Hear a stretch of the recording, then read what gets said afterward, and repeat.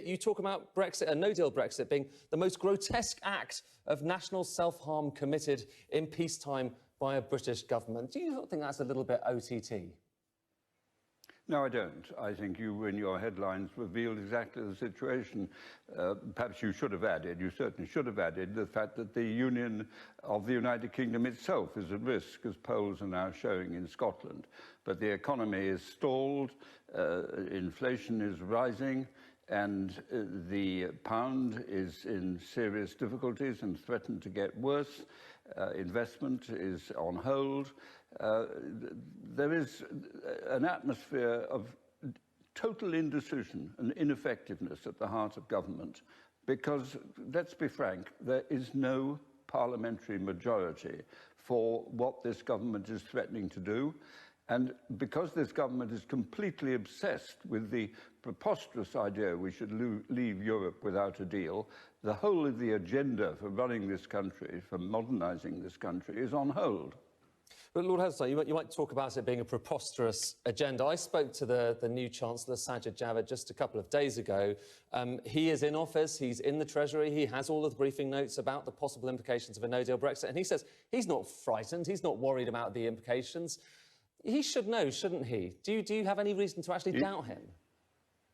Well, I think he should start listening to all the professional advisors around him. But supposedly he presumably is listening to his advisors and they're telling him not to worry. That's what he says. That's what he says, but we all know from the very wide and extensive press reporting, from all the surveys of international and financial expertise, that actually the situation is serious. And the idea that you've got a government which is trashing money around the place like there's no tomorrow, aimed very specifically at very clear electoral targets, is actually a policy of economic irresponsibility. You talk about, in your op-ed, about Dominic Cummings, the advisor to the Prime Minister, being a revolutionary menace. What do you mean by that? I mean, there have always been special advisors. Well, I think we took the words from himself. I think he sees himself as the revolutionary. But let's be frank, much more important. The point about having a Prime Minister and a Cabinet is that they're accountable to Parliament. We've got this guy who is now in direct contact with the British media, briefing them on policies, scathingly attacking members of the House of Commons who should be held in respect, and actually parading himself as the mastermind behind the government. That is an intolerable position for democracy. It is absolutely central that Parliament should be able to call to account people who represent them as ministers. And at the moment, we are now being told by a particular figure who's proud of it that he's more or less sort of running the show. But, Lord Heseltine, one of the things that Parliament has done is to vote for Article 50. And one of the upshots of Article 50, I mean, it's maybe there in the small print, but nonetheless it is very much there, is that if there is no deal, then the UK would leave at the end of the deadline. So Parliament has actually voted for a process that leads to no deal, haven't they? No.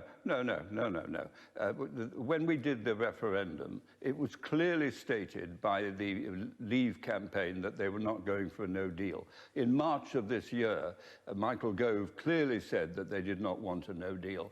There is no majority for no deal. But is there in Article 50, though? Part of Article 50, it says there will be a no deal if there is no deal. You know, if there is a deadline and if nothing is reached by that, there is no deal. That is part of the process of leaving. Well, that is not what Parliament voted for, and it's quite clear that Parliament will not vote for that. There is no majority in Parliament and no majority in the country for no deal. Let's talk about your position within the Conservative Party.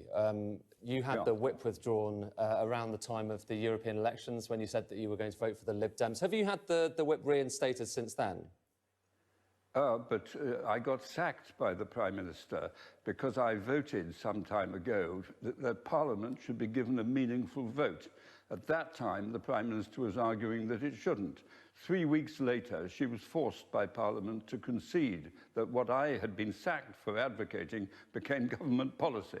And so let's be quite clear that this is a battle which has been going on and is very intense ever since the result of the referendum. And it will continue to go on, and it will vitally be fought in Parliament. At the moment, Parliament is deadlocked. How the government gets past that is a matter we have to see. The reason I ask about the whip is I'm just curious as to whether you are kind of now formally still part of the government benches on the Lords, or whether that's changed. My position is very clear. I have stood for the Conservative Party and fought for it since the 1950s. I have supported every Prime Minister in one way or another throughout that period. And all of them were people who argued that Britain's destiny lay at the heart of Europe. I haven't changed my mind, and I will continue to stay in that position within the Conservative Party. I am a Conservative Party, have fought its most entrenched battles and will continue to do so, but I will never sacrifice British self-interest for narrow party purposes. But talking about the Conservative Party, I mean, the polls, when you look at them now, there has been a bounce since Boris Johnson took over. It looks like actually there are a lot of people who rather support his position on Brexit. I mean, some people would say actually this is a good moment for the Tory party, and in a sense that you're just going against the grain of that. Well, you should look at the Brecon by-election. You should look at the Mail on Sunday poll today showing what's happening in key marginals where the Lib Dems are second, which shows actually there's been no bounce at all. And this is before we've even got into the serious consequences of the no Brexit risks. As that deteriorates, I think people will become increasingly apprehensive of where this policy is leading us. We shall see. But in the end, there is no parliamentary majority, and therefore I don't believe that Brexit can happen on a no-deal basis. A prime minister is one of 650 people. The only thing that singles them out is that they can command a majority in the House of Commons. If they can't, they're just one of 650. And that, I suspect, is the position in which Mr. Johnson will find himself with no parliamentary majority. And it would be abuse of our Constitution to then think that you can take Britain out of Europe despite the House of Commons. One of the consequences of that lack of a majority is that there is a lot of talk now about the possibility of a snap election, potentially very soon. In the event of a snap election, who would you vote for? Well, I don't have a vote, but that is a cop-out, and I'm saying it before you say it. I can tell you that large numbers of Conservatives, and again the poll I referred to shows that in today's newspapers, will not vote for a no-deal Brexit. They will vote for whatever party appears to stand behind a European policy. Large numbers of Conservatives, friends of mine, colleagues of mine, approach me every day asserting the fact that they will vote for Britain's national self-interest, despite the loyalty they feel to the Conservative Party.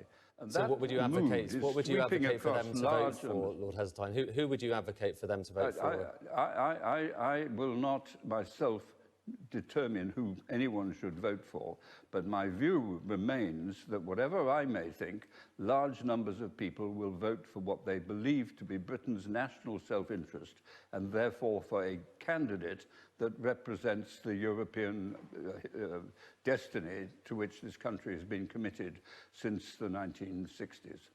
What I wonder, do you think the solution is for this? A lot of people would say that a second referendum, which you've been advocating, would only make the sense of social cohesion in this country even worse. What is the solution here? Is there any neat exit that you would be happy with? Well, I would be happy with a solution that leaves Britain at the heart of Europe. Of course, that is my position and of every Conservative leader I've worked for. But we are where we are, and I agree with you that the most likely scenario today is continued uncertainty. But in the event of continued uncertainty, the worst thing to do is to add to that uncertainty by actually cutting the ground from underneath our economic strength, which depends in huge measure on our membership of the European community. OK, Lord Heseltine, thank you very much.